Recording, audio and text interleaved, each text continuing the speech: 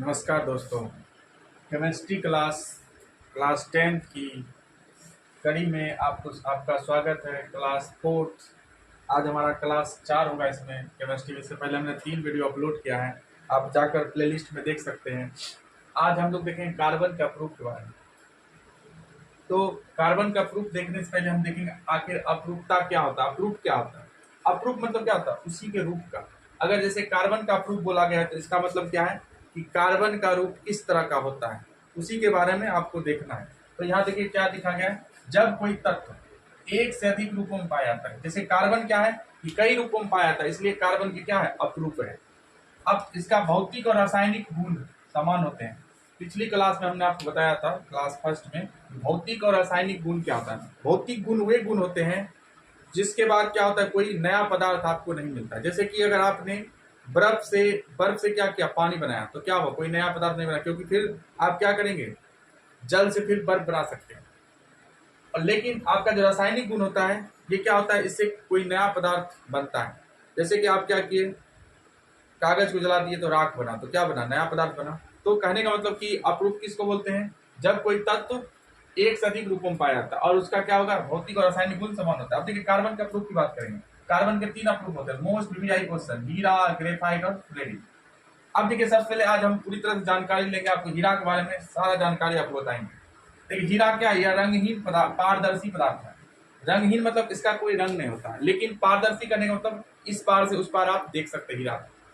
दूसरा पॉइंट है चमक, उच्च अपवर्तनांक के कारण होता है। इसमें जो चमक होता है, लाइटिंग क्या होता है, उच्च अपवर्तनांक। अपवर्तनांक क्या होता है, देखिए अपवर्तनांक थोड़ा समझेंगे आप। अपवर्तनांक जो होता है यहाँ पर समझेंगे, अपवर्तनांक, अपवर्तनांक इसे म्यू से डिनोट किया जाता है। अपवर्तनांक लाइट वाले चैप्टर में आप पढ़ेंगे, C/U,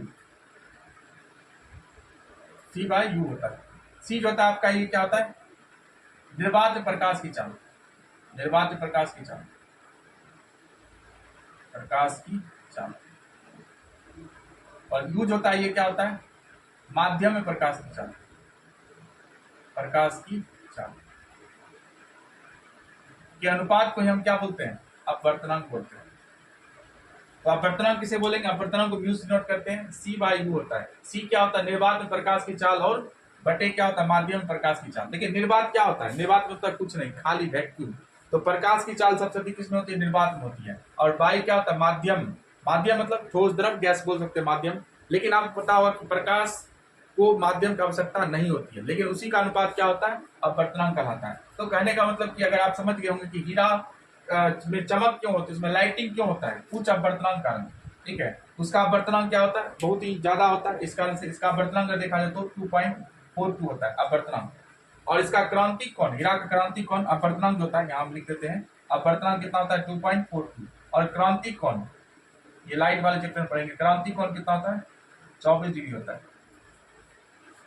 तो कहने का मतलब अपवर्तनांक के कारण क्या होता है, ये चमकता है। अब देखिए काफी भारी भी होता है, ये अत्यधिक कठोर होता है। पता होगा इस पृथ्वी का सबसे कठोरतम पदार्थ अगर कोई है तो हीरा है, पृथ्वी का कठोरतम पदार्थ हीरा। अब देखिएगा क्या होता है, विद्युत का कुचालक होता है। कुचालक करने का मतलब कि यह bed electricity, bad conductor of electricity होता है, मतलब इससे बिजली पास नहीं कर सकती, क्योंकि मुक्त इलेक्ट्रॉन नहीं होते। आपको पता होगा कि अगर किसी चीज से करंट प्रवाहित होता है तो कहने का मतलब क्या होता है कि उससे मुक्त इलेक्ट्रॉन फ्लो हो रहा है।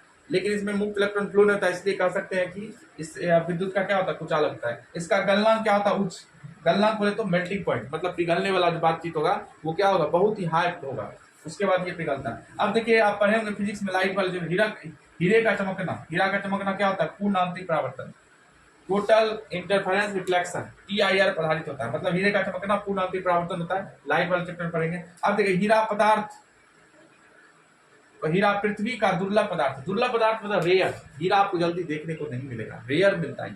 अब देखिए इसका उपयोग कहाँ करते हैं, मार्बल, ग्रेनाइट तथा ग्लास को काटने में। मार्बल जो होता है इसको संगमरमर बोलते हैं, और ग्रेनाइट, ग्रेनाइट क्या होता है, पत्थर होता है, रॉक्स होता है, और ग्लास, तीनों को काटने में क्या होता है, हीरा का मदद लिया जाता है।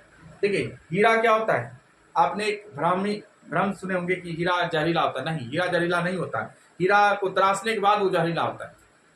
तो तराशने के बाद वो जहर उसमें क्या होता है, धार हो जाता है, जहरीला नहीं होता है। उसमें क्या होता है, धार आ जाते हैं उसमें, और उससे क्या क्या जाता है, काटा जाता है ग्लास को, इस कारण से। तो आपने सुना हो कि हीरा जहरीला नहीं, जहरीला नहीं होता।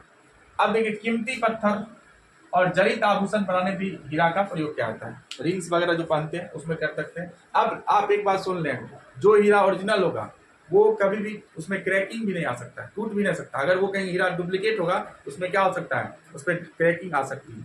अब देखिए इसकी संरचना क्या होती है, आखिर हीरा का स्ट्रक्चर क्या होता है। हीरा प्रत्येक कार्बन परमाणु अन्य 4 कार्बन परमाणु में प्रबल सहसंयोजक बंध के कारण इसकी संरचना त्रिविमीय होती है। इसकी संरचना क्या त्रिविमीय होती है,